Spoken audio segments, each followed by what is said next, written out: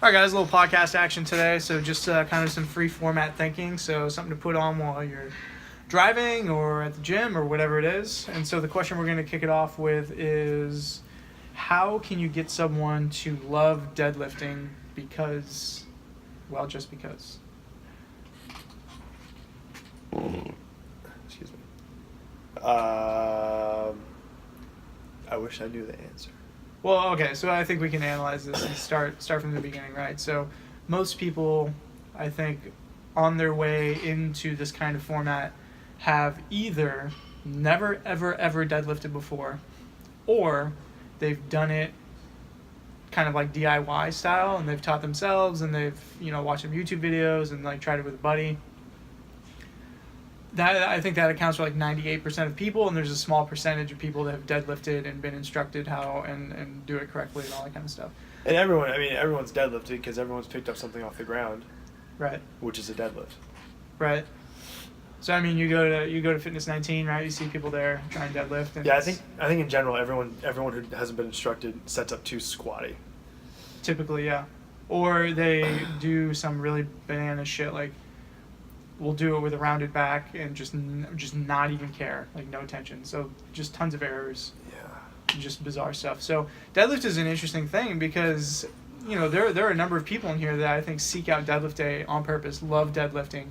And I think really the core of that is when you deadlift, it is the most total body barbell movement you're going to get because you have to be under tension from head to toe throughout the whole thing. Like there's no even a clean. I mean, there's a release of tension when you go underneath for the third pull, and it's not real long. But a deadlift, if you're pulling maximum effort, it's probably fairly slow, like maybe a 4-second rep, and it's maximum tension. It's super hard, and that just like juices you up with endorphins and all that good brain chemical stuff. And so I think about myself, I'm included in that. Love doing that because of what it provides you.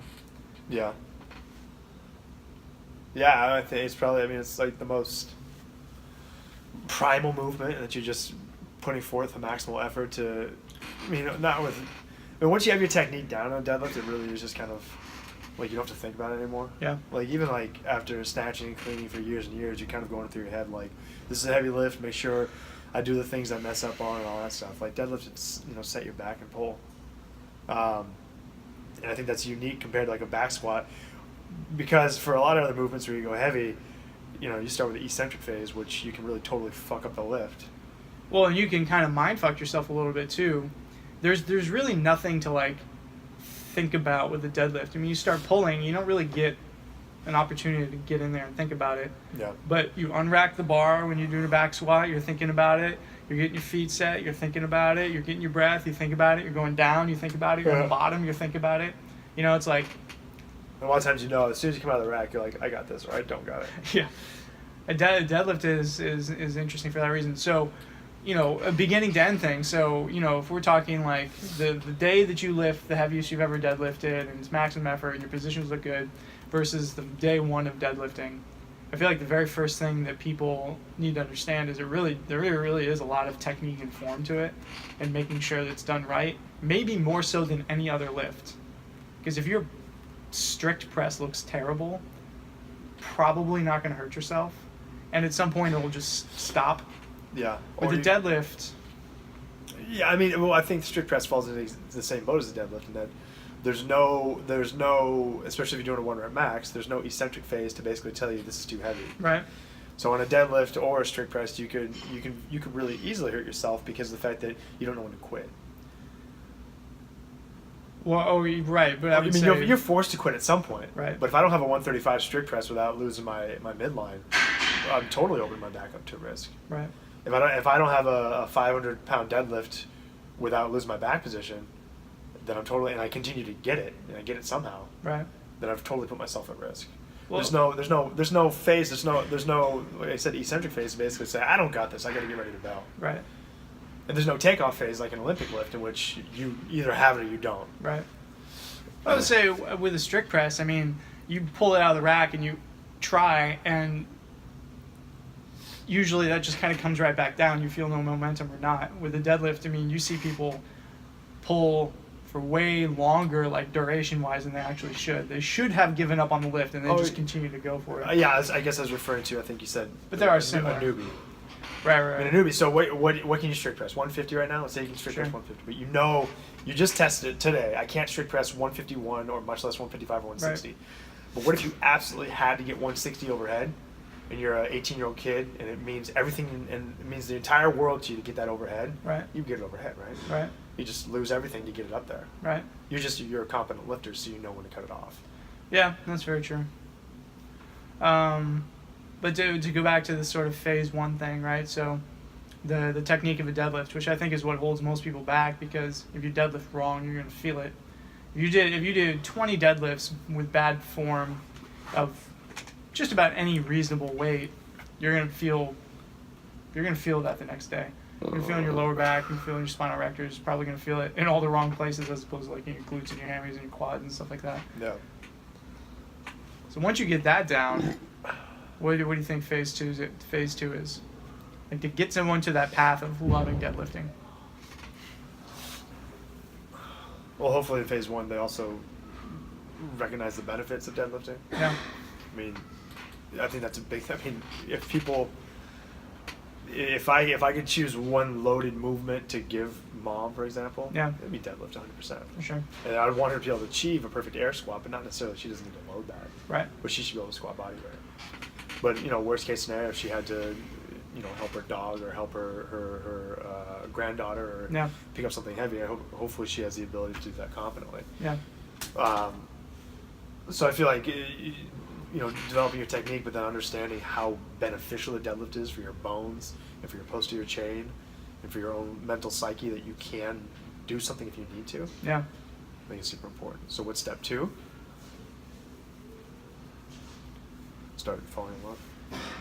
Well, I mean, because I would hope that, if somebody's watching this, they would be like, oh man, I'm terrified by deadlift, or I just, like imagine the person where they're like, oh, that was my 1 rep max, and from the outside in, you're like, okay, honestly, that was probably like 70% effort by way of like when somebody gets competent in deadlifting and it's a true 100% effort, that looks a certain way.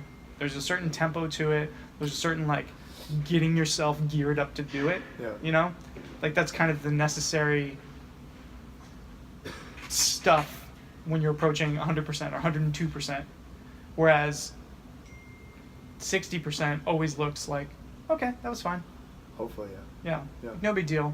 And I think people talk themselves into thinking they can't do more. Yeah. Because they're worried about what may happen to their form, or it might hurt their back, or whatever it is, which is obviously a good thing. But like, how do you get past that so that you feel confident? Like that saying where it's like, when you're put to the task, if you do something really well, you'll excel. And if you don't doing something really well, you'll flub it. It's that sort of like test of what your expertise is. Yeah. Like when it's, Game 7 of the World Series and there's 1 pitch left and you're the last guy. Like, do you really have the stuff? Can you hit your point? Or, you throw me in there and I'm going to throw like a wild nonsense because I don't play baseball anymore, and that wouldn't work, right? Yeah. So building that confidence to be like, no, I got this. I'm going to execute. I think it's probably somewhere in that second step, like realizing, getting that last 20-30% of your actual lift. Yeah.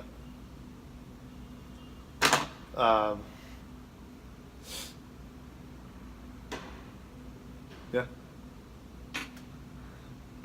Maybe they need more equipment, more belts on to get that confidence. More knee sleeves and more elbow sleeves. Yeah, deadlift can be a very hesitant thing to max out on. But if you're doing doubles, if we're coaching someone and they look good, we go, that was probably like your 60%. Yeah. We say, well, why don't you touch and go for 6 reps? Yeah. Oh, I did it for 6 reps. Okay, well, clearly that's not your 1 rep max. Right. But deadlift it's another beast, because of the fact that the deadlift is, when you test it, it's meant to be broken from the ground. Right. Which is hard. Yeah. Which is very hard. Everyone in here knows that I can break 400, but 405 I can't come off the ground. Right. But if I came out of the rack and I did a touch and go, I can get 405. Yeah, that's kind of interesting. Shows you how important that eccentric loading is to deadlifting and other lifts. What are there people you think shouldn't deadlift at all? Period. No, I would say 100% no. And I mean, unless they have like, vertebrae, they're gonna, or discs, intervertebral discs, they're gonna turn to dust or something. Like, Yeah. Because there's so many variations you can do. Yeah. I mean, you can deadlift different objects. You can deadlift off a riser. You can deadlift for a larger range of motion or a shorter range of motion, or you could do. I mean, J curls is technically a variation of a deadlift. Like, Well, because I mean, technically, all we're talking about is hip extension, right? yeah, Knee and hip extension, because everyone has to do that. Like, if you can't physically actually do that, I'd say there's a pretty good chance that you're, close. well, you might be bedridden or like confined to a wheelchair, or like that's the extremeness of I cannot bend my knees and I cannot bend at the hip. Yeah. Because even if you have, like friends and family members I know that have bad backs for a variety of degrees, from complete disc degeneration to, like a physical structure problem to just injury over injury over injury, right? All those people still need to like use their body to like exist. Yeah, if you can't flex your hip and extend out of that, that's something. That's pretty limiting. Yeah, so I mean, definitely, in like you said, deadlift is basically hip extension. So whether it's some variation of like a banded good morning, like the lightest of light, just a good morning. I mean, just Right. fully over the hip. Right. So Right. developing your hip hinge is a very important thing. But yeah, I mean, everyone should deadlift. It was kind of a weird thing. I remember talking with someone, must have been a couple of years ago, in like a trial class we did or something like this, and she said, I can't deadlift. It hurts my back. I was like, okay. I mean, usually that is like code for I've done it in the past badly, and I'm really afraid to try that again. And so my impression was that she was actually told how to do this, and there was barbell was not something that was going to happen. So well, okay, we'll take 2 10-pound dumbbells, and she literally went like, if you can watch my back, she literally went. So and just Eric is like flexing his knees, so he's squatting straight down as he rounds from his shoulders to his low back. Yeah. Like he's doing like a dip for his push press plus a Jefferson curl. Like not even like not a Jefferson. Like if she had said, I'd be like, oh, you're doing a Jefferson curl. Yeah. And if she had went like this, they're like, oh, you're doing a squat. But it was like the worst part of both things. And I was like, it took like two seconds to that range of motion to be like, okay, stop. Like, are you sure someone taught you that? Like, who is the person that? Well, I worked at Equinox in Palo Alto is a very high scale gym or upscale gym that had a lot of really good coaches and trainers and stuff. But I saw people teach the wackiest deadlifts in the world. Like how? Like setting up with your hips like 6 inches below where your knees are. So basically squat. I mean, that is the word. I mean, if anything, set up in an RDL where your butt's high. The biggest thing is you don't want to have to travel around stuff and move that bar forward. So you set up like that, your knees are gonna be crazy far forward. I mean, the only way you're gonna be able to find that bar and actually stand up with it is to round your back. There's no fucking way you can't.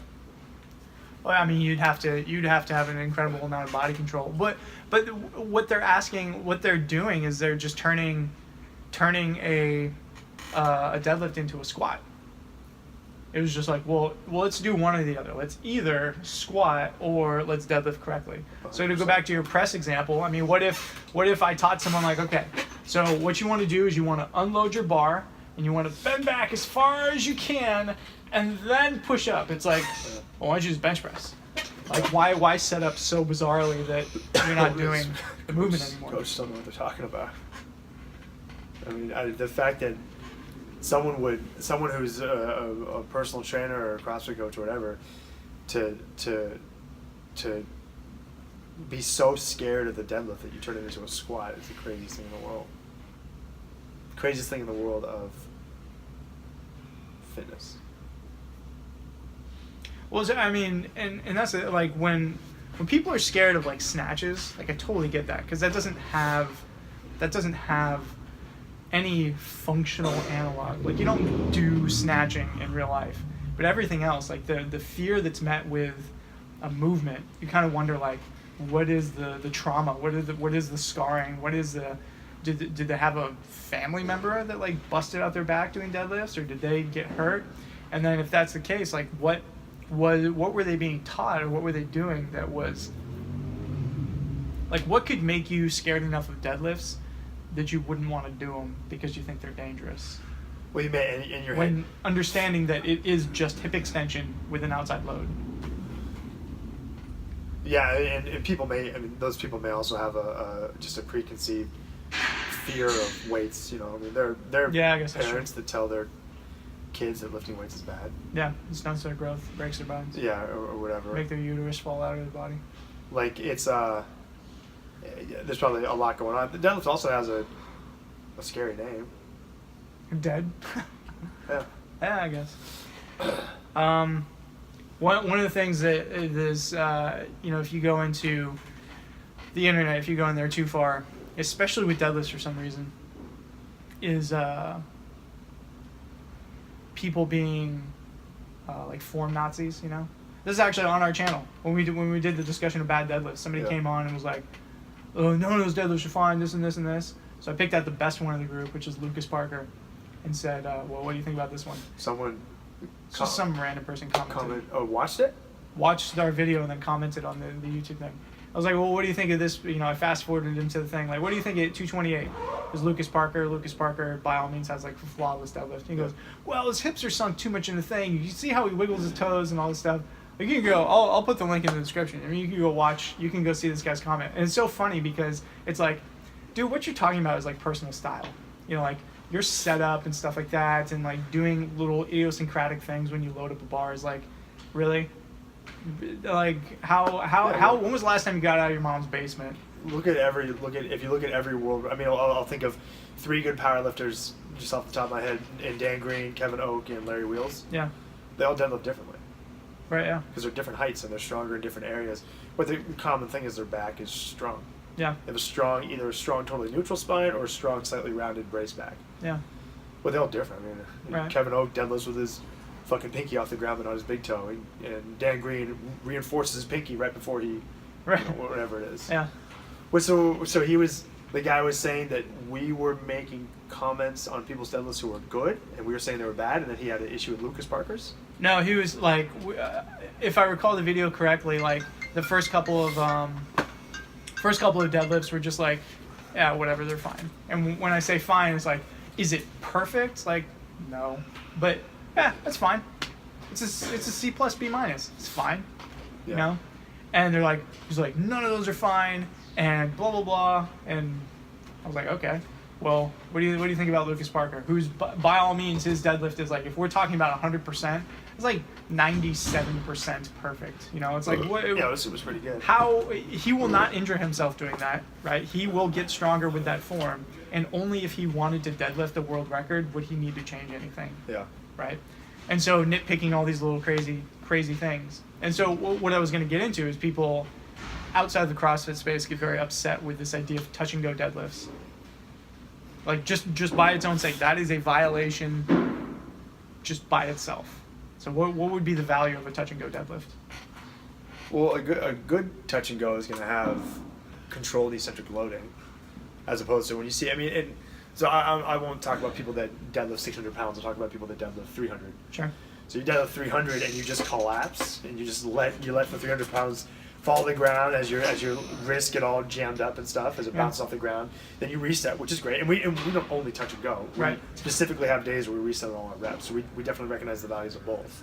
But touch and go, just like a touch and go strict press, you're going to get more volume out with good positions. Right. So you get in. So if I can touch and go 315, or if I can deadlift 315 where I go down and reset every time, I can get 10 reps. If I touch and go, I could probably get fucking 25 reps. Right. Because I'm really good eccentrically and I can find the ground really well. It doesn't help you, 100% it does. Yeah. But you're going to get 15 more reps, or let's say 10 more reps, in which I'm from that initial inch off the ground, I'm not getting any more help. Right. So I'm sneaking out an extra 10 reps in which I'm developing my hip, my back, my butt cheeks, my back, and my hamstrings. Right. So you're going to get more volume.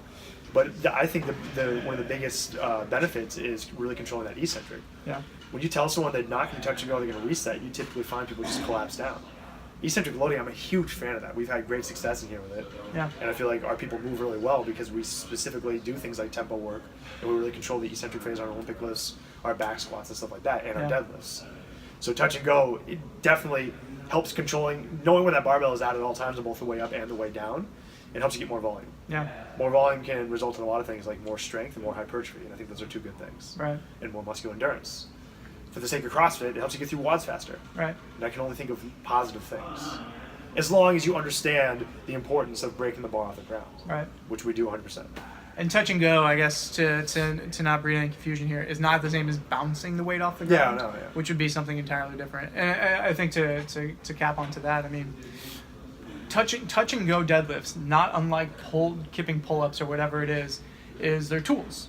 So what are you using the tool for? Well, touch and go deadlift is so you can get in more volume, and so you can work the eccentric phase, and so you can build muscular endurance, right? And typically look pretty good doing it too. People look good doing it. You could break the ground on purpose, so making sure that you're getting like all that you possibly can out of the initial concentric phase.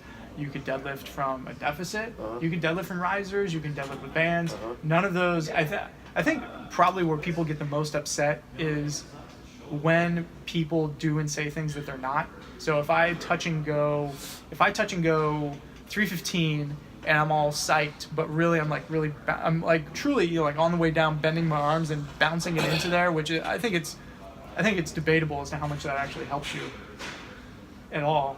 Yeah, I'm sure there's a threshold in which it's just so heavy. Especially depending on what kind of plates you're using or whatever. Yeah. But people saying that they are or are not doing things that may or may not be correct, and like kind of beating their own chest with accomplishment.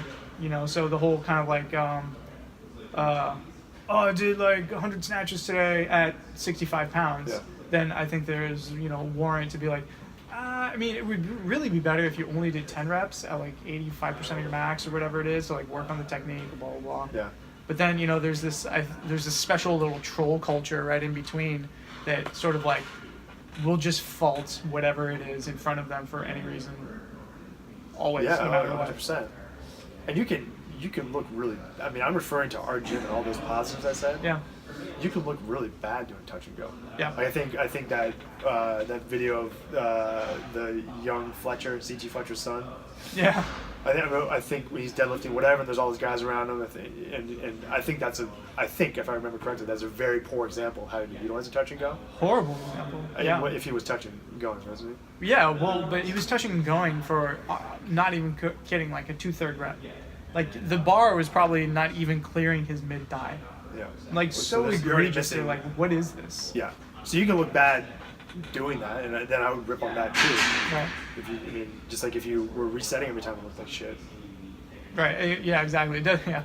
I mean, it kind of boils down to like, do you look good doing it? Because if you do the right thing wrong, so if you reset every deadlift but you look like shit resetting your deadlifts, and it's like, well, bully for you, Mr. Form Nazi, you did it great, but you did the procedurally right, but within that procedure you did it wrong.